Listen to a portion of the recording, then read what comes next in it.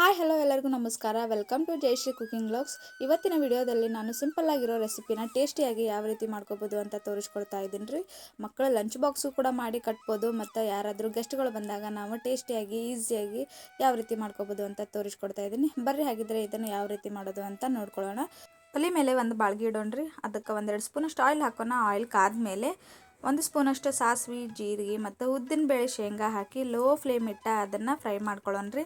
ಇದನ್ನು golden brown ಆಗೋ ತನಕನೂ ಉದ್ದಿನಬೇಳೆ ಮತ್ತು ಶೇಂಗಾನ ಫ್ರೈ ಮಾಡ್ಕೋಬೇಕ್ರಿ. ಶೇಂಗಾ ಉದ್ದಿನಬೇಳೆ ಫ್ರೈ ಆದಮೇಲೆ ಅದಕ್ಕೆ ಕಟ್ ಮಾಡಿ ಇಟ್ಕೊಂಡಿರೋಂಥ ಹಸಿಮೆಣ್ಸಿನ್ಕಾಯಿನ ಆ್ಯಡ್ ಮಾಡಿ ಎಣ್ಣೆ ಒಳಗನ ಫ್ರೈ ಮಾಡ್ಕೊಳ್ಳೋಣ್ರಿ. ಸ್ವಲ್ಪ ಹಸಿಮೆಣ್ಸಿನ್ಕಾಯಿ ಸ್ವಲ್ಪ ಫ್ರೈ ಆದಮೇಲೆ ಅದಕ್ಕೆ ಕರಿಬೇವನ್ನು ಕೂಡ ನಾವು ಆ್ಯಡ್ ಮಾಡ್ಕೊಳ್ಳೋಣ್ರಿ.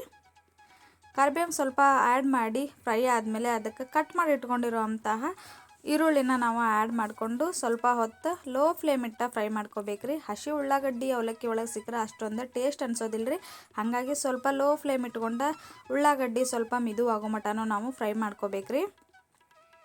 ಈ ರೀತಿ ಸ್ವಲ್ಪ ಎಲ್ಲನೂ ಕೈ ಆಡಿಸ್ಕೊಂಡು ಸ್ವಲ್ಪ ಲೋ ಫ್ಲೇಮ್ ಇಟ್ಕೊಂಡು ಉಳ್ಳಾಗಡ್ಡಿ ಮಿದುವಾಗೋ ಮಟನೂ ಫ್ರೈ ಮಾಡ್ಕೋಬೇಕ್ರಿ. ನೋಡಿರಿ, ನಾನು ಈ ರೀತಿ ಫ್ರೈ ಮಾಡ್ಕೊಂಡಿನಿ. ಆಮೇಲೆ 1 ಸ್ಪೂನ್ ಅಷ್ಟೇ ಇದಕ್ಕೆ ಅರಿಶಿನ ಪುಡಿನ ಆ್ಯಡ್ ಮಾಡ್ಕೊಳತ್ತೀನಿ ರೀ. ಅದ್ರ ಜೊತೆಗೆ ಕಟ್ ಮಾಡಿ ಇಟ್ಕೊಂಡಿರೋಂಥ 1 ಟಮಾಟಿನೂ ಕೂಡ ಆ್ಯಡ್ ಮಾಡಿಕೊಂಡು ಎಲ್ಲ ಮಿಕ್ಸರ್ನ ಮಿಕ್ಸ್ ಆಗೋವಂಗೂ ಒಂದ್ಸಲ ನಾನು ಕಲಿಸ್ಕೊಳಕತ್ತೀನಿ. ಇದೆಲ್ಲ ಮಿಕ್ಸ್ ಆಗೋವಂಗೆ ಕಲಿಸಿದ ಮೇಲೆ ರುಚಿಗೆ ತಕ್ಕಷ್ಟು ಉಪ್ಪು ಹಾಕೋಣ್ರಿ. ಉಪ್ಪು ಹಾಕಿದ ಮೇಲೆ ಒಂದು ಚಿಟಿಕೆ ಅಷ್ಟು ಇದಕ್ಕೆ ಸಕ್ಕರೆನೂ ಕೂಡ ಆ್ಯಡ್ ಮಾಡೋಣ್ರಿ. ಸಕ್ಕರೆ ಆ್ಯಡ್ ಮಾಡಿದ ಮೇಲೆ ಎಲ್ಲ ಮಿಕ್ಸರ್ನ ಒಂದ್ಸಲ ಮಿಕ್ಸ್ ಆಗುವಂಗೆ ನಾವು ಕಲಿಸ್ಕೊಳ್ಳೋಣ್ರಿ. ಇದನ್ನು ಸ್ವಲ್ಪ ಲೋ ಫ್ಲೇಮ್ ಇಟ್ಟು ಅದನ್ನು ಉಳ್ಳಾಗಡ್ಡಿ ಮತ್ತು ಟಮಾಟಿ ಅದು ಎಲ್ಲ ಬೆಮ್ಯಾಕೆ ಬಿಡೋಣ್ರಿ. ಅದು ಸ್ವಲ್ಪ ಬೇವು ಮಟ ಅಂದ್ರೆ ಇಲ್ಲ ಅವಲಕ್ಕಿಗೆ ನಾವು ರೆಡಿ ಮಾಡ್ಕೊಳ್ಳೋಣ್ರಿ. ಅವಲಕ್ಕಿ 1-2 ಬಟ್ಟಲದಷ್ಟು ನಾನು ಹಸಿ ಮಾಡಿ ಒಂದು ಸ್ಟೀಲಿನ ಬುಟ್ಟಿ ಒಳಗೆ ಹಾಕಿಟ್ಟೇನೆ ರೀ.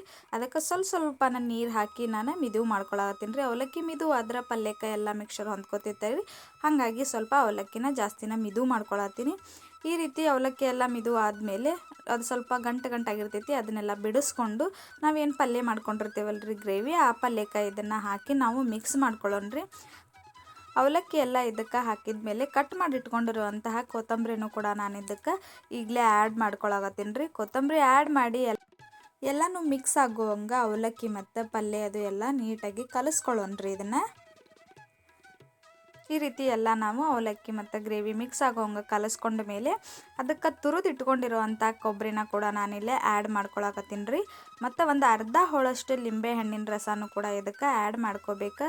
ಟೇಸ್ಟ್ ಮಾತ್ರ ಸೂಪರಾಗಿ ಬರ್ತೈತ್ರಿ. ಇದೊಂದ್ಸಲ ರೆಸಿಪಿನ ಟ್ರೈ ಮಾಡಿ ನೋಡ್ರಿ ಅಂತ ಹೇಳ್ತೀನಿ. ಇಲ್ಲಿ ನೋಡ್ತಿರ್ಬೋದು, ಎಂಡಿಗೆ ನಾನು ಲಿಂಬೆ ಹಣ್ಣಿನ ರಸನ ಆ್ಯಡ್ ಮಾಡ್ಕೊಳತ್ತೀನಿ. ಇದನ್ನು ಇನ್ನೊಮ್ಮೆ ಎಲ್ಲ ಮಿಕ್ಸರ್ನ ಮಿಕ್ಸ್ ಆಗೋಂಗೆ ಕಲಿಸ್ಕೊಂಡ್ಬಿಟ್ರೆ ಅವಲಕ್ಕಿ ಅಂತೂ ರೆಡಿ ಆಯ್ತು ರೀ. ಯಾರಾದರೂ ಬೀಗರು ಬಂದಾಗ ಫಾಸ್ಟಾಗಿ ನಾವು ಟೇಸ್ಟಿಯಾಗಿ ಮಾಡ್ಬೋದು. ಮತ್ತು ಮಕ್ಳಿಗೆ ಲಂಚ್ ಬಾಕ್ಸ್ಗೆ ಉಪ್ಪು ಹುಳಿ ಖಾರ ಇಟ್ಟು ಮಾಡಿದರೆ ತುಂಬ ಇಷ್ಟಪಟ್ಟು ತಿಂತಾರೆ.